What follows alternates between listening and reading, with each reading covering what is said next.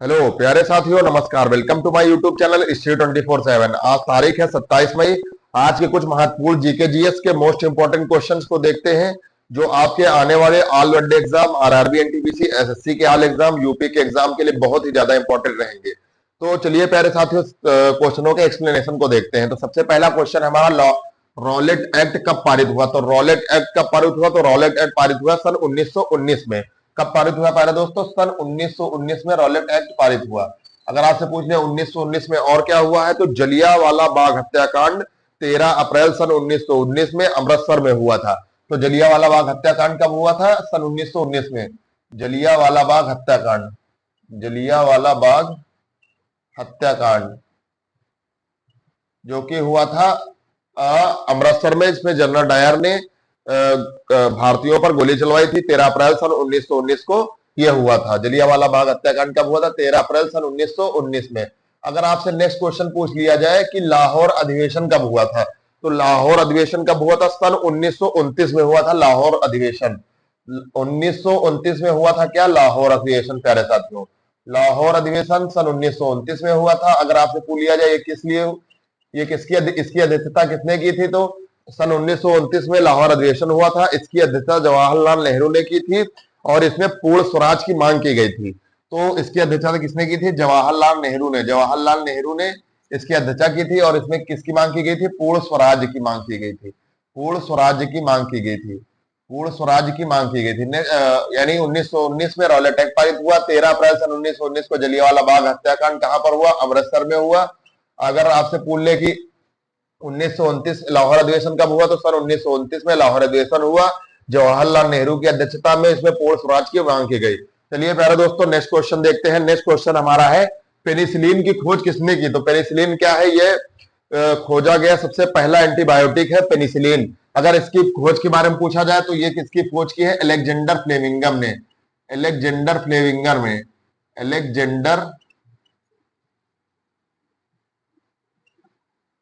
Alexander फ्लेमिंगम के द्वारा penicillin की खोज की गई है। नेक्स्ट क्वेश्चन आपसे पूछ ले, रेबीज के टीके की खोज किसने की है? जो कुत्ता के काटने से रेबीज होता है, तो उसकी खोज किसने की है? तो रेबीज क्वेश्चन आपसे पूछे, रेबीज के टीके की खोज किसने की है? तो रेबीज की खोज की है लुई पास्चर ने। किसने की है प्यारे दोस्तों? Louis Pasteur. लुई पास्चर ने रेबीज के टीके की खोज की है। अगर आपसे पूछ लिया जाए कुत्ता जब हमारे काटता है तो कौन सा वायरस होता है, तो रेहब्डो वायरस होता है। कुत्ते के काटने से हमारे शरीर में कौन सा वायरस फैलता है? रेहब्डो वायरस। रेहब्डो वायरस फैलता है। कुत्ते के काटने से हमारे शरीर में रेहब्डो वायरस फैलता है। रेबीज के टीके की खोज लुईस पास्चर ने की थी। नेक्स्ट क्वेश्चन आपसे पूछ रहे, चेचक के टीके की खोज किसने की थी? तो एडवर्ड जेनर ने। चेचक के टीके की खोज किसने की थी? एडवर्ड जेनर ने। एडवर्ड जेनर ने चेचक के टीके की खोज की थी। एडवर्ड जेनर ने चेचक की टीके की खोज की थी। तो चेचक की टीके की खोज किसने की थी? एडवर्ड जेनर ने। कुत्ते के काटने से रेबीज होता है, उसके टीके की खोज किसने की थी? लुई पास्चर ने। और कुत्ते के काटने से रेहब्डो वायरस होता है। और पेनिसिलिन जो खोजा गया सबसे पहला एंटीवायरस है, इसकी खोज किसने की थी? अलेक्जेंडर फ्लेमिंगम ने। चलिए प्यारे साथियों, नेक्स्ट क्वेश्चन देखते हैं। नेक्स्ट क्वेश्चन हमारा है, कर्णम मलेश्वरी किस खेल संबंधित है? तो कर्णम महेश्वरी का संबंध भारोत्तोलन से है, यानी वेट लिफ्टिंग से है। क्वेश्चन पूछ रहा है ये किस से खेल संबंधित है, तो हमारा आंसर होगा वेट लिफ्टिंग से। तो इन्होंने सन 2000 में जो सिडनी ओलंपिक हुआ था, सिडनी ओलंपिक में 2000 में सिडनी ओलंपिक में ये इन्होंने कांस्य पदक जीता था। कौन सा पदक जीता था प्यारे दोस्तों? कांस्य पदक जीता था। तो सिडनी ओलंपिक 2000, तो भारत की सर्वप्रथम कांस्य पदक जीतने वाली महिला कौन थी? कर्णम महेश्वरी। तो इनका संबंध किससे है? वेट लिफ्टिंग से। 2000 के सिडनी ओलंपिक में इन्होंने भारोत्तोलन में कांस्य पदक जीता था तथा ये भारत की पहली ओलंपिक में कांस्य पदक जीतने वाली महिला बन गई थी। तो कर्णम महेश्वरी का संबंध किससे है प्यारे दोस्तों? वेट लिफ्टिंग से। चलिए प्यारे दोस्तों, नेक्स्ट क्वेश्चन देखते हैं। नेक्स्ट क्वेश्चन हमारा है, किस नदी को बंगाल का शोक कहा जाता है? तो बंगाल का शोक किस लिए, ये नाम किस लिए दिया गया है? क्योंकि इन नदियों के कारण, इन नदियों में जब उफान आता है तो बंगाल में बाढ़ आ जाती है। तो क्वेश्चन पूछ रहा है किस नदी को बंगाल का शोक कहा जाता है? तो हमारा आंसर होगा दामोदर नदी को। दामोदर नदी को हम बंगाल का शोक कहते हैं। नेक्स्ट आपसे अगर क्वेश्चन पूछ लिया जाए बिहार का शोक, यानी बिहार में किस नदी से बिहार का शोक किस नदी को कहा जाता है? तो बिहार का शोक किस नदी को कहा जाता है? तो बंगाल का शोक हम कहते हैं कि बंगाल का शोक कहते हैं दामोदर नदी को, बिहार का शोक हम कहते हैं रावी नदी को। बिहार का शोक हम किस नदी को कहते हैं? रावी नदी को। अगर आपसे पूछ लिया जाए चीन का शोक किस नदी को कहा जाता है, तो चीन का शोक हम कहते हैं हवांगो नदी को। चीन का शोक हम किस नदी को कहते हैं? हवांगो नदी को चीन का शोक कहा जाता है, हवांगो नदी को। तो हमारा किस नदी को बंगाल का शोक कहा जाता है? तो दामोदर नदी को प्यारे साथियों बंगाल का शोक कहा जाता है। बिहार का शोक किस नदी को कहा जाता है? तो कोसी नदी को बिहार का शोक कहा जाता है। सॉरी, यहाँ पर कोसी होगा। कोसी नदी को बिहार का शोक कहा जाता है। नेक्स्ट क्वेश्चन हमारा है, चीन का शोक किस नदी को कहा जाता है? हवांगो नदी को चीन का शोक कहा जाता है। चलिए प्यारे साथियों नेक्स्ट क्वेश्चन देखते हैं। भारतीय संविधान में पहला संशोधन कब किया गया? तो हमारा जब संविधान बना उसके बाद कई आर्टिकल जोड़े गए, तो ये संशोधन के अंतर्गत आते हैं। तो हमारा क्वेश्चन पूछ रहा है सबसे पहला संशोधन कब हुआ? तो सबसे पहला संशोधन हमारे प्यारे साथियों 1951 में। 1951 में पहला संशोधन हुआ। इसमें क्या हुआ? इसमें नवी अनुसूची जोड़ी गई। 1951 में पहले संशोधन के तहत नवी अनुसूची जोड़ी गई। नवी अनुसूची किससे संबंधित है? अगर आपसे पूछ ले तो भूमि सुधार कानून संबंधित है, भूमि सुधार से संबंधित है। तो हमारा क्वेश्चन था भारतीय संविधान में पहला संशोधन कब किया गया? तो सन 1951 में किया गया। नवी अनुसूची जोड़ी गई, भूमि सुधार संबंधित है। अगर आपसे नेक्स्ट क्वेश्चन पूछ लिया जाए संविधान संशोधन कहां से लिया गया है, तो हमारा प्यारे साथियों संविधान संशोधन लिया गया है साउथ अफ्रीका से। संविधान संशोधन लिया गया है साउथ अफ्रीका से। अगर आपसे ये पूछ लिया जाए अब तक कितने संविधान संशोधन हो चुके हैं, तो कुल हो चुके हैं अभी तक 106 संविधान संशोधन। तो अगर आपसे पूछ लिया जाए 106वां संविधान संशोधन कौन है, तो 106वां संविधान संशोधन है नारी शक्ति वंदन अधिनियम। नारी शक्ति वंदन अधिनियम, नारी शक्ति वंदन अधिनियम।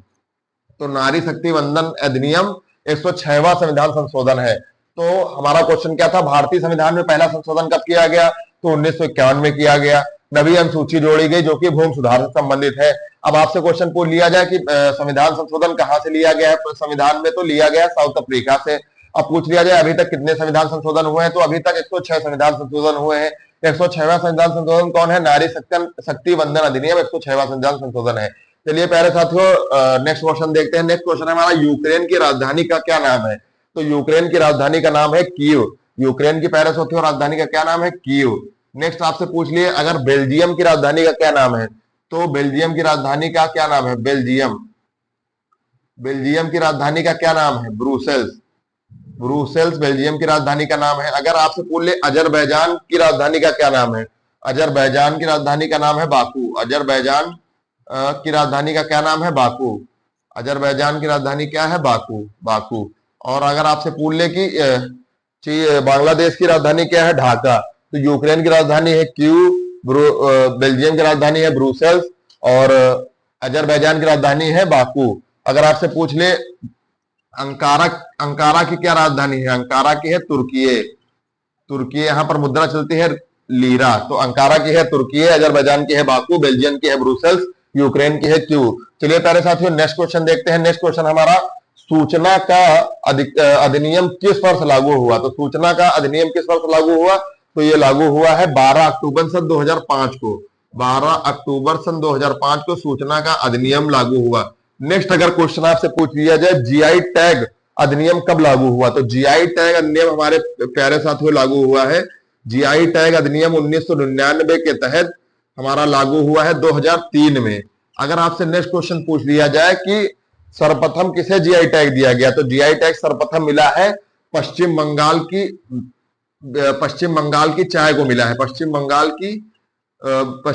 की चाय को मिला है सबसे दार्जिलिंग की चाय को मिला है। पश्चिम बंगाल की चाय को सबसे पहला जीआई टैग दिया गया है। तो सूचना का अधिकार अधिनियम किस वर्ष लागू हुआ? तो 12 अक्टूबर 2005 को। अगर आपसे पूछ लिया जाए जीआई टैग अधिनियम कब लागू हुआ, तो जीआई टैग 1999 एक्ट के अनुसार 2003 में लागू हुआ।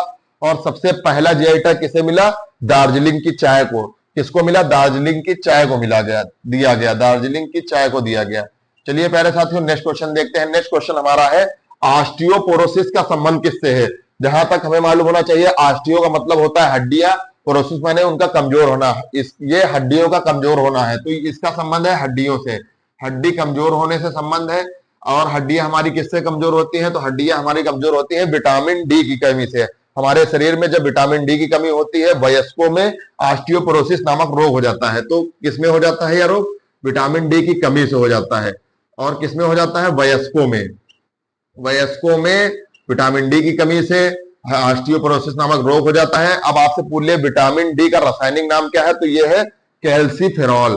प्यारे साथियों, कैल्सीफेरॉल है, कैल्सीफेरॉल है विटामिन डी का रासायनिक नाम है हमारे प्यारे साथियों।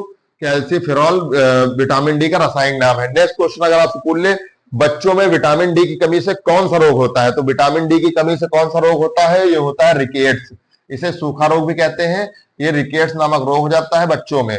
हालांकि और वयस्कों यानी एडल्ट में हड्डी कमजोर हो जाती है विटामिन डी की कमी से, जिसे ऑस्टियोपोरोसिस कहा जाता है, और बच्चों में रिकेट्स नामक रोग हो जाता है, और ये विटामिन डी की कमी से होता है। विटामिन डी का रासायनिक नाम आपसे पूछ लिया जाए तो कैल्सीफेरॉल है। चलिए प्यारे साथियों, नेक्स्ट क्वेश्चन देखते हैं। नेक्स्ट क्वेश्चन है, स्वतंत्रता के पूर्व इंडियन नेशनल कांग्रेस की पहली महिला अध्यक्ष कब हुई? कौन थी? तो इंडियन नेशनल कांग्रेस की स्वतंत्रता के पूर्व पहली अध्यक्ष कौन थी? तो ये थी सरोजिनी नायडू जी। सरोजिनी नायडू जी। सरोजिनी नायडू जी स्वतंत्रता के पूर्व भारतीय राष्ट्रीय कांग्रेस की पहली महिला अध्यक्ष थी, जो कानपुर के, उन्होंने 1925 के कानपुर के कांग्रेस अधिवेशन में अध्यक्षता की थी। 1925 में कानपुर के कांग्रेस अधिवेशन में अध्यक्षता की थी, और स्वतंत्रता पूर्व इंडियन नेशनल कांग्रेस की पहली महिला अध्यक्ष सरोजिनी नायडू थी। और इन्हीं की एक बुक है the golden threshold. The golden threshold book किसके द्वारा लिखी गई है? ये लिखी गई है थ्रेशहोल्ड बुक किसके द्वारा लिखी गई है? द गोल्डन थ्रेशहोल्ड बुक लिखी गई है सरोजिनी नायडू के द्वारा। 1925 के कानपुर के अधिवेशन में हमारी सरोजिनी नायडू जी ने अध्यक्षता की थी। चलिए प्यारे साथियों, नेक्स्ट क्वेश्चन है, भारत पाकिस्तान कारगिल युद्ध का कोड क्या था? हम भारत और पाकिस्तान के मध्य कारगिल युद्ध हुआ था। यह युद्ध कब हुआ था? 26 जुलाई सन 1999 में हुआ था। कब हुआ था? 26 जुलाई सन 1999 में भारत और पाकिस्तान के मध्य एक युद्ध हुआ था, जिसे कारगिल युद्ध के नाम से जाना जाता है। अब इसका कोड क्या था? तो इसका कोड था ऑपरेशन विजय।